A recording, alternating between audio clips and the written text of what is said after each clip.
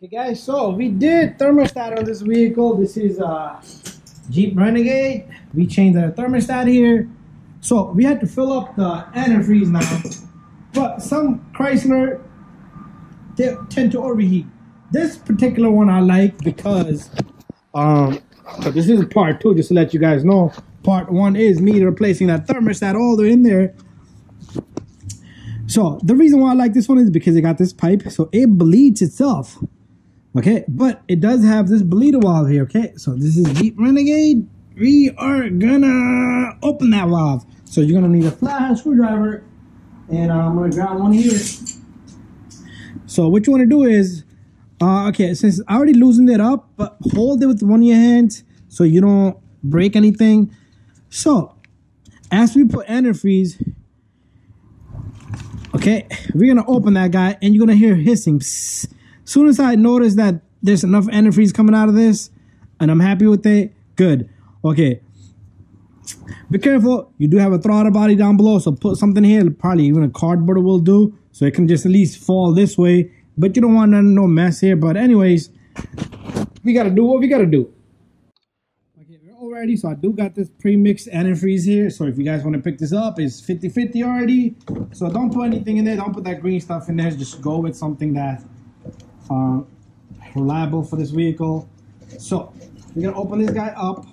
Okay, I do need to get a rag, and my plan here is to put this rag right underneath this guy right here, so I don't destroy that throttle body. So it's gonna collect it from me. Okay, so check this guys out. Check this out. So pretty much I'm gonna open this guy. I'm gonna start filling this guy. Don't worry, I didn't open that cap. It's all good. No worries. Just make sure you don't have any leaks. All the pipes we took off. So we did pull out about almost a gallon out of this. So it should take close to a gallon. Right now we're up to here. Okay, we're up to here. So that will allow air to escape, and you will have good heat. If you don't do that, you might not gonna get good heat. So make sure you do that. After that, dry the vehicle. Keep the temperature up in the dash, and make sure it doesn't go above 120. It can go 120, 21, 22, but just beyond that, it will be way too much. 180 is something I would say is normal. But anyways, what I want to do at the moment right now is, let's see what happens when I open this guy. There was a hiss. Okay, I heard a hiss. Close that baby back up. Okay, I don't know why I closed the cap on this bottle here. So all I want is, I want air to escape from there. And then I'm going to run that car after that, and then do the same thing after the car heats up. So I do not have a solid antifreeze coming from there. See that? Bubbles came out. And now I'm getting a little bit of antifreeze. So if I put my hand here and I squeeze the pipe down below, you see that? Look at that. I like that. It's going down in here. The more I put, the more it comes out. So that looks pretty good. So I'm going to leave this guy alone. We're going to close this guy up. And now, what we're going to do is I'm going to leave my rag here. It's not going to burn. It's not going to cause any issues. It's fine. Let's close up our top. This is almost to the max. We're going to close our top. I'm going to run this Jeep, and I'm going to give it a good 20 minutes.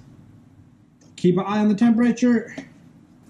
And then I'm going to go for a spin. That's something that you guys are not going to see. But go out there for a drive. And anyways, make sure you pull out that air from. So what I'm going to do is I'm going to let this car run for a while. And then we'll open that once it heats up. And we'll keep an eye on the tank here. Medium speed, and put the temperature on high. And then pay attention to, you should be getting heat inside, okay? Good amount of heat. So we're gonna let this guy run. And I did take off the engine cover. That's the last thing I'm gonna put on, because I do want to monitor if there's any leaks. But anyway, guys, you're gonna see things bubble up in here. That's fine.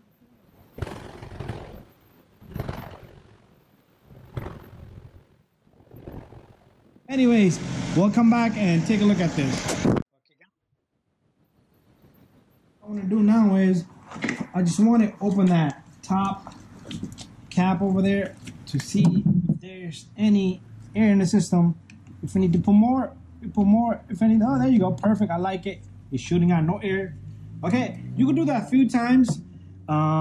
Check it the next day as well. And if your antifreeze goes down, it is gonna go down eventually. So make sure you top it off. Anyway, guys, that's how simple that is. Thank you for watching. Take your car out there for a drive and make sure there's no leaks. Make sure it's not overheating. Temperature is good.